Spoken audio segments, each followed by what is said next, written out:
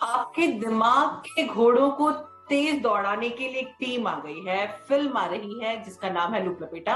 हमारे साथ पूरी की पूरी स्टारकास्ट मौजूद है और कितने घोड़े दौड़ने वाले हैं। सबसे पहले हम शुरू करते हैं तापसी से। तापसी, फिल्म हमने देखी, जबरदस्त। शुरुआत से लेकर अंत तक आप दौड़ती रही हैं। कितने घंटे दौड़ी, अगर अनुमान लगा पाए तो? उसका वो फुटेज देख के आपको हमारे डायरेक्टर साहब बताएंगे उनमें कितने घंटे दौड़ाया। मुझे पता, मैं 2 हफ्ते गोवा में सिर्फ दौड़ी हूँ, सुबह से लेके शाम तक। ओके, अब आकाश आप बताइए। तापसी ने आप पर बताया है कि कितना दौड़ाया है और दौड़ाना कितना आसान रहा है, कितना मुश्किल? दौड़ाना आसान रहा मेरे लिए, क्योंकि मुझे तो दौड़ना नहीं था। तो पर तापसी के लिए आई थिंक मजेदार भी था, क्योंकि वो एक तरीके से देयर इज अ माइंडसेट जो कैरेक्टर बदलता है और वो हर चीज में दिखता है। तो जिस तरीके से वो, जिस भाव से वो भाग रही है उस समय सभी, वो भी बदलता है। तो उस चीज को भी निभाने में आई थिंक तापसी ने बहुत बढ़िया काम किया है। और हमने पूरी गोवा की सारी सड़क नाप ली थी by the end of the film I think. Tahir, आपकी बात करते हैं। जिस तरह से फिल्म का प्लॉट है, जिस तरह से कहानी आगे बढ़ती है, तापसी दौड़ती जाती है लेकिन बार बार आपको गोली लगती है और आप भी गिरते हैं। जी जी, मतलब एक्साइटिंग मेरे लिए यही था कि जब हम एक रोमांटिक हीरो की सोच करते हैं तो सत्या इतना हटके है, मतलब उसके दिल में प्यार है पर जो उसकी हरकतें हैं वो इनको हमेशा किसी ना किसी समस्या में डाल देती हैं। और मतलब तापसी काफी दौड़ी है और मुझे मुझे फोन कॉल्स करने थे इनको दौड़ाने के लिए। तो मतलब इसमें चैलेंज भी था क्योंकि जब ये शूट हुआ था, अलग अलग शूट हुआ था। और इसमें चैलेंज ये था कि जैसे कि आपने कहा, बार बार एक हादसा होता है और उस हादसे को इस तरह रिप्ले करना अलग इमोशंस के साथ, ताकि ऑडियंस को ये महसूस ना होए कि वही हादसा जो है दोहराया जा रहा है या तीसरी बार वो देखते हैं। दौड़ना तो है, वो जो वाक्य है, वो जो इंसिडेंट है पर्टिकुलर, वो भी रिपीट हो रहा है। लेकिन फिल्म में 50 लाख का जिक्र भी बार बार और अलग अलग एक्सप्रेशंस के साथ एक दूसरे को कम्युनिकेट करने के लिए 50 लाख वो भी है। आसानी से हो गया, कई रिटेक्स लेने पड़े? नहीं, वो एक ही टेक था जिसमें हमने 50 बारी 50 लाख बोला था। तो हमारे डायरेक्टर को जो पसंद आया उठा लिया। वो एक तरह की, जैसे वो एक्टिंग क्लासेस में या ऐसे एड के ऑडिशन में करवाते हैं ना, कि मतलब कैमरा रख के फिर आप 50 एक्सप्रेशंस में 50 लाख बोल देंगे, उसी टाइप की शूट हुई। शॉर्ट एंड स्वीट आंसर रख रही है तापसी।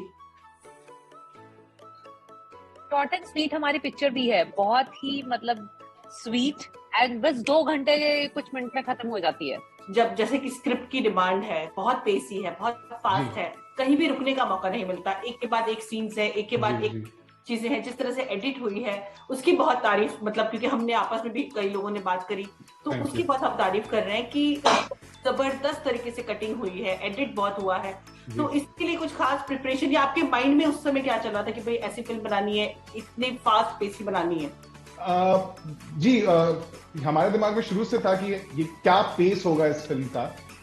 और मैं अपने एडिटर के साथ प्रेप में भी बहुत काम किया, प्रियांक प्रेम कुमार बहुत बढ़िया एडिटर है वो। उनके साथ मैंने प्रेप में भी बहुत काम किया, जहाँ पे हमने डिसाइड किया था हमको कटिंग इस बीट पे करनी है, इस तरीके से कटिंग करनी है।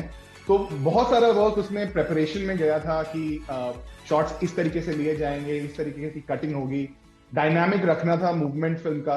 पर जो एडिटिंग का सबसे फन पार्ट था इस फिल्म का, और वो शूटिंग का भी था, कि हर बार जब कुछ नया हो रहा है, जब कोई किरदार कुछ नए फीलिंग से जा रहा है और वो हमने पहले ऑडियंस को दिखा दिया है, तो उसमें हमको एक नए नजरिए से भी वो चीज दिखानी है और वो पुराने नजरिए से भी दिखानी है, ताकि आपको वो डिफरेंस पता चले। और वही शूट करने में भी बहुत बहुत मजा आया, वही एडिट करने में भी बहुत मजा आया। और या अगर आपको अच्छा लगा तो फिर बढ़िया है। बिल्कुल। तापसी, अगर आपके कैरेक्टर की बात करें तो किस तरह का कैरेक्टर था? क्या कुछ खास प्रिपरेशन आपने की उसके लिए? थैंकफुली हुआ ये था कि रश्मि रॉकेट के तुरंत बाद ये पिक्चर शूट हो रही थी, तो वो एथलेटिक फिजिक से लेके एथलेटिक स्टाइल और रनिंग टेक्निक एंड ऑल जो सब थी, उस वजह से मैं सीख चुकी थी। एक तरीके से अगर आप 1 साल तक किसी किरदार के लिए प्रिपेयर करते हैं तो ऑटोमेटिकली आपका साइकी थोड़ा थोड़ा बदलना शुरू हो जाता है।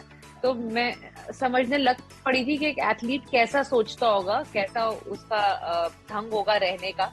तो इस वजह से जब ये पिक्चर स्टार्ट हुई, जहाँ पे ये पिक्चर स्टार्ट वहां होती है लिटरली जब रश्मि रॉकेट खत्म होती है, उसकी लास्ट रेस होती है, जो उसकी वजह से इंजर हो जाती है वहां पे, और उसके बाद कैसे उसकी लाइफ चेंज होती है। तो एक एथलीट के माइंडसेट को अब वो सडनली एब्रप्टली उसका करियर जब एंड हो जाता है, तो वो फिर उसका माइंडसेट कैसा रहेगा, कैसा लाइफस्टाइल रहेगा, किस तरीके से वो चीज इतनी डिसिप्लिन रहेगी जो पहले थी, किस तरह के लोगों से अपने आप को घेरना चाहेगी, क्या उसके दिमाग में वही गोल रखना, अचीव करना वाला मेंटालिटी रहेगी कि नहीं रहेगी। ये सब आकाश और मैंने काफी डिस्कशंस करी थी बिफोर फिल्म शूट से स्टार्ट करने से पहले, और वही माइंडसेट लेके हमने उसका लुक, उसका सोचने का नजरिया, उसके फैमिली, उसके पेरेंट्स के साथ, उसका फादर के साथ उसका रिलेशनशिप, वो सब हमने पहले डिस्कस कर लिया था। फिजिकली तो I was trained because of my other film, but mentally Aakash and I we did multiple discussions, जहाँ पे Aakash help me to draft a graph कि इससे पहले क्या क्या हुआ वो उसकी लाइफ में, क्योंकि पिक्चर सिर्फ 50 मिनट के बारे में है, तो वो आपको शायद बताने का स्पेशली मौका ना मिले कि इसकी लाइफ में इससे पहले क्या क्या हुआ था। तो बट कैरेक्टर को अपने नुआंसेस में ऐसा रखना पड़ेगा कि आपको समझ में आ जाए कि इसके पहले उसकी लाइफ कैसी रही होगी। तो वो सब डिस्कस करना जरूरी हो गया था पहले शूट करने से पहले, वो आकाश के दिमाग में क्लियर था, तो we discuss a lot on that. Stylist को थोड़ा कम काम करना पड़ा है ना इस फिल्म में।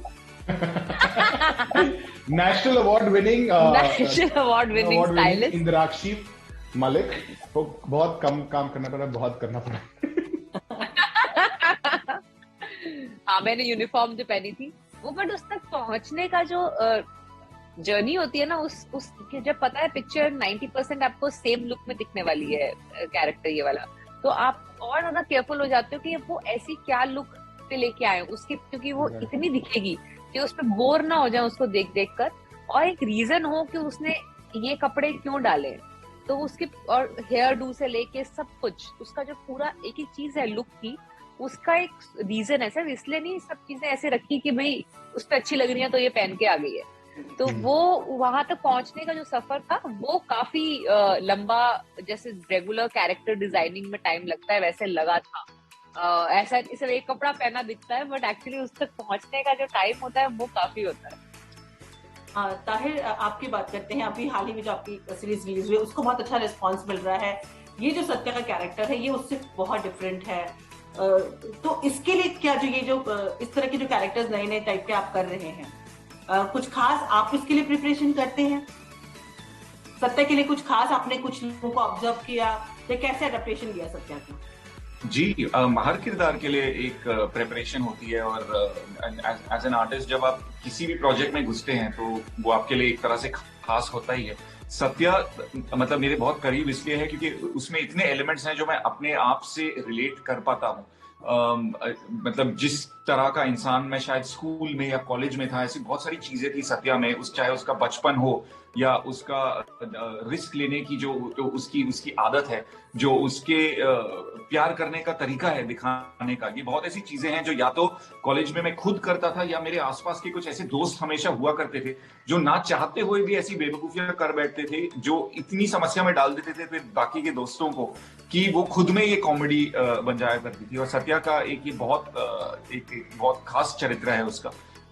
एंड प्रिपरेशन एक तरह से बॉडी लैंग्वेज की भी रहती है, कि मतलब किस तरह का ये इंसान है जब ये सभी के साथ रोमांस कर रहा होता है, जब वो पहली बार मिलता है, जब वो घर पर एक साथ रहते हैं, और जब प्रेशर बढ़ता है, टेंशन बढ़ती है उनकी जिंदगी में, तो किस तरह से जब उस पर प्रेशर पड़ता है तो क्या प्रभाव उसके चरित्र पर पड़ता है, और कैसे वो एकदम 180 अपना ऑपोजिट हो जाता है। वो कामनेस मतलब हर बड़ी में वो खो देता है अपने आप को, और इसे क्रिएट करने में जो है सबसे ज्यादा प्रयास और सबसे ज्यादा मजा दिया है। महिलाओं को तो ज्वेलरी पहनने की आदत होती है, जो नोज पिन है वो कितना कंफर्टेबल रहा आपको? जी, काफी कंफर्टेबल, क्योंकि ये तो प्रोस्थेटिक्स करती है। मैंने असली में उसको छिदवाया नहीं था, हालांकि हमारे निर्देशक भी चाहते थे कि मैं अपनी नाक और बॉडी की हर जगह छिदवाऊं इस किरदार के लिए। पर मेरे ख्याल से एक बहुत खास चीज है उस नोज पिन की, कि अगर हम कुछ ही साल पहले की बात देखें या इतिहास देखें, तो वो एक ऐसी चीज है जो महिलाएं पहना करती हैं, एक मेल फैशन एक्सेसरी की तरह नहीं देखा जाता। पिछले कुछ सालों में ये बदलाव आया है, और सत्या का किरदार भी कुछ ऐसा है कि वो जेंडर में डिफरेंशिएशन नहीं देखता। तो एक छोटी सी चीज है वो नोजपिन, पर उसके कैरेक्टर के बारे में बहुत कुछ कह देती। आकाश, जैसा कि इन्होंने बताया कि फिल्म अच्छी है, आपने अपने किरदारों को सही चुना, लेकिन ताहिर की कास्टिंग के बारे में जानना चाहिए, क्योंकि जो रोल तापसी कर रही हैं, तापसी उसके लिए एकदम जबरदस्त, भागने दौड़ने एक्शन। अरे आपको पसंद नहीं आई क्या कास्टिंग? आप ऐसे शॉक के साथ? अच्छा कास्टिंग की मतलब ताहिर की कास्टिंग कैसे? ताहिर के साथ जब मैंने पहली बार स्क्रिप्ट पढ़ी थी तो ताहिर के ऑब्जर्वेशन जो है वो बहुत बढ़िया थे, और परफॉर्मेंस पे तो कोई शक नहीं था क्योंकि वो एक्टर तो है ही बहुत बढ़िया। जैसे एक डिफरेंस होता है कि एक किरदार है जो रोमांटिक अपने आप को समझता है और एक किरदार होता है जो रोमांटिक होता है, तो वो एक मात्रा का ही डिफरेंस है। एंड आई थिंक जब ताहिर ने सत्या की वो नब्ज पकड़ी और हमारे शुरू में बातचीत में ये जब बात आई, तब मुझे समझा कि ये बहुत बढ़िया कर सकते हैं। और दूसरी एक और चीज है, ताहिर का सेंस ऑफ ह्यूमर एकदम ड्राई डेडपैन विट है उनका, and just to work with somebody who has that kind of a sense of humour will understand जो जिस तरीके से हमने इसको कैंपी तरीके से, एग्जैजरेटेड तरीके से किया है, वो वर्सेटैलिटी भी थी इसके पास कि एक मोमेंट में ये कूल बनने की कोशिश भी कर सकता है और उसको पता है वो कूल बनने की कोशिश कर रहा है, और दूसरे मोमेंट में जब हालत खराब हो जाती है उसकी नर्वसनेस जो आती है वो भी पकड़ ली। तो जो हमने शुरू में रीडिंग्स किए थे उसमें सब ये क्लियर हो गया था कि ताहिर आज वसीम सत्या है। ताहिर, आपकी तारीफ सुननी थी इसलिए मैंने सवाल किया। बहुत बढ़िया, बहुत बढ़िया। मैं तो कहता हूँ नेटफ्लिक्स वालों को आपके इंटरव्यू का टाइम बढ़ाया जाए। तापसी, आपकी जो भी फिल्में होती है चैलेंजिंग होती है, खूब सारा एक्शन देखने को मिलता है, ड्रामा देखने को मिलता है, कोई एक खास चीज जो आप इस फिल्म के बाद अपने साथ लेके जाएंगे? कोई एक बात या कोई ऐसी याद या कोई एक चीज?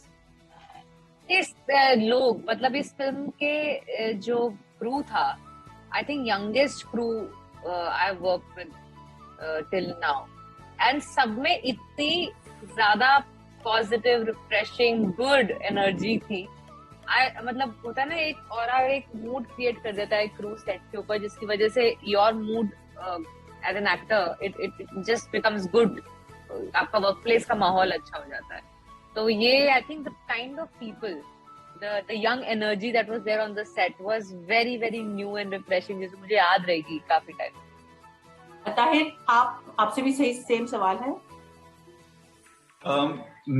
बिल्कुल, एनर्जी को लेकर जब बात करी जाए तो ये जो हमारी फिल्म है ये तुरंत पहले लॉकडाउन के बाद शूट हुई थी, और शूट होनी थी हालांकि बिल्कुल मतलब मार्च 2020 जब पहला लॉकडाउन अनाउंस हुआ था। तो जब 3-4 महीने सब अपने अपने अपार्टमेंट में बैठे रहे और फिर अपने अपने घरों में से निकले और गोवा जैसे लोकेशन में गए और शूट करे, तो वहां का जो माहौल था और अपने काम के लिए अपने काम की अहमियत और उसका महत्व अपनी जिंदगी में अपने आप के लिए, लोगों के लिए समझना एक बहुत बड़ी जर्नी रही है। And I am so glad कि लूप लपेटा जैसी पिक्चर के साथ वो post Covid, post first wave Covid के जो मोमेंट्स थे वो हमने बिताए। आकाश, आप तो सूत्रधार फिल्म के। हाँ, ये तो मेरी पहली पिक्चर है, तो मतलब इसकी मेमोरी तो मैं हमेशा लेके जाऊंगा हर जगह जहाँ पे भी है। इससे जो लर्निंग्स है वही मैं आगे अपने होपफुली आगे फिल्म बनाने का मौका मिले तो जो यहाँ पे सीखा है उसको आगे जाके ट्रेवल करेंगे। बट अगेन मेरे लिए मेरा क्रू और मेरी कास्ट सबसे ज्यादा इम्पोर्टेंट है। एक विजन होता है हर डायरेक्टर का, पर वो विजन जब तक पूरा क्रू, कास्ट, प्रोड्यूसर साथ नहीं देखते हैं तो फिल्म नहीं बन सकती है। थैंकफुली हर डिपार्टमेंट, हर टेक्नीशियन, हर एक्टर जो हमारे साथ जुड़ा था इस फिल्म में, सबने उस नजरिए से इस फिल्म को देखा है जिस नजरिए से मैंने सोचा था इस फिल्म के बारे में। होपफुली वो हम लोग बना के ला पाए हैं, ऑडियंस को पसंद आए, एंड या दैट्स इट। एक लास्ट लाइन तापसी आपकी तरफ से लूप लपेटा के लिए अपने फैंस को, जी न्यूज के दर्शक जो आपको देख रहे हैं। जी, लूप में देखिए, बार बार देखिए, एक बार ही देखेंगे आपको मजा आएगा, दूसरी बार देखेंगे कुछ नया देखने को मिलेगा, तीसरी बार कुछ और मिलेगा देखने को। तो ये इस तरह की जो कॉन्सेप्ट वाली फिल्में होती हैं ज्यादा आती नहीं है, और फिर हम कंप्लेन करते हैं कि हमारे हिंदी सिनेमा में कुछ डिफरेंट नहीं बन रहा। तो जब डिफरेंट बन रहा है तो उसको प्लीज देखिए। हमसे बात करने के लिए बहुत बहुत शुक्रिया आप सभी का। Thank you so much. Thank you so much.